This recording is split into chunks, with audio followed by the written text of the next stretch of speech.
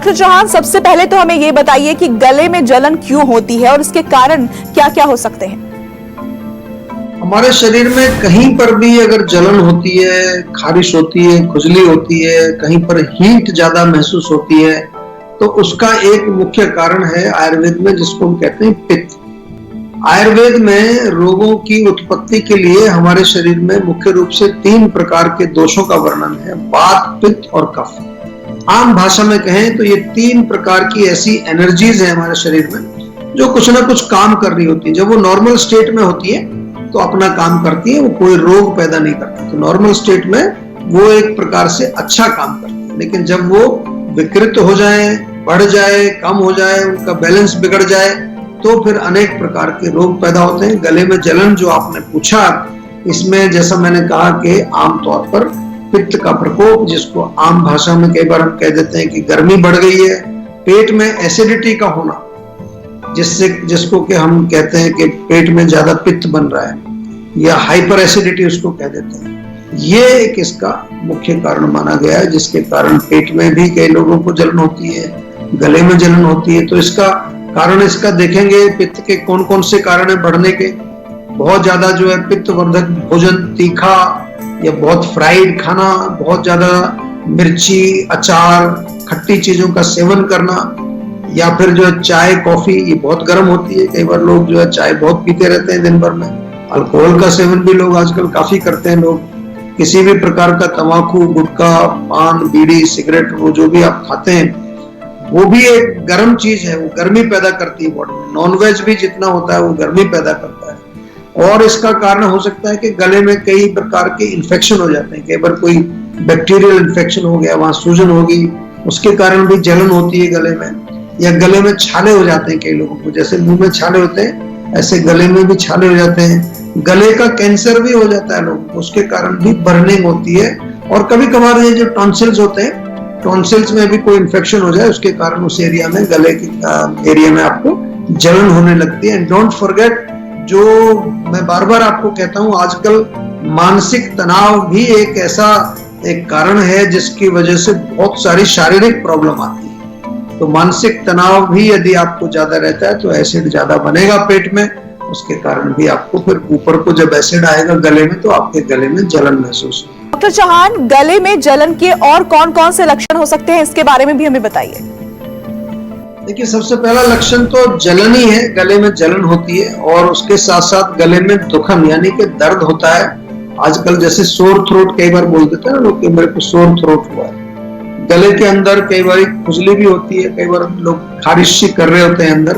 और उसके साथ साथ भोजन निगलने में या पानी पीने में भी कई बार जो है दर्द होता है गले में। कुछ लोगों को ऐसा लगता है कि कुछ सफोकेशन की सी फीलिंग आ रही है, सांस नहीं आ रहा है, जैसे कोई गला घोट रहा है, ऐसी फीलिंग भी आती है, क्योंकि अंदर जो है वहां सूजन हो जाती है। और क्योंकि एसिड का रिलेशन इसके साथ है, एसिड ऊपर आता है, उसके साथ वहां इन्फ्लेमेशन हो जाती है। कई लोगों को खांसी भी होती है इसकी वजह से, सूखी खांसी आती है, बिल्कुल जैसे कि कुछ जो निकल नहीं रहा है अंदर से। कभी कभार हल्का सा बुखार भी हो सकता है, गले में बलगम या गले में खराश जिसको आमतौर पर कहते हैं वो भी होती है।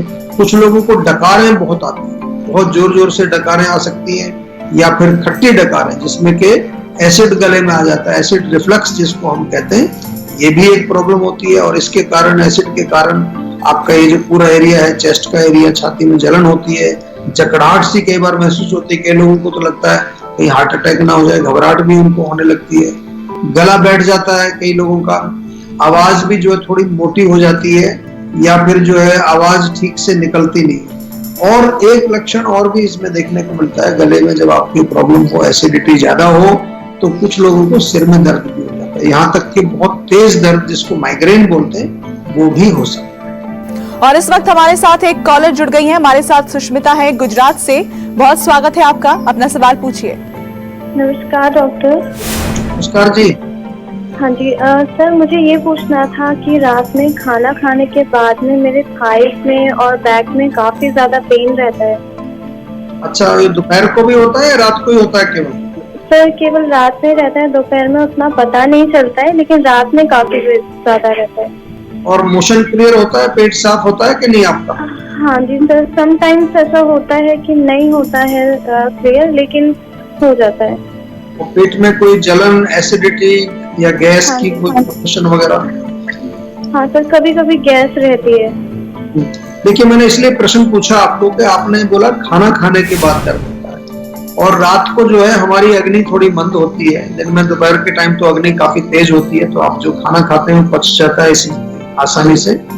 रात को वैसे भी लोग आजकल थोड़ा हैवी खाना खाते हैं, तो अगर खाना नहीं पचेगा, अपच होगा, तो गैस बनेगी। गैस बनने के कारण कमर में दर्द होगा।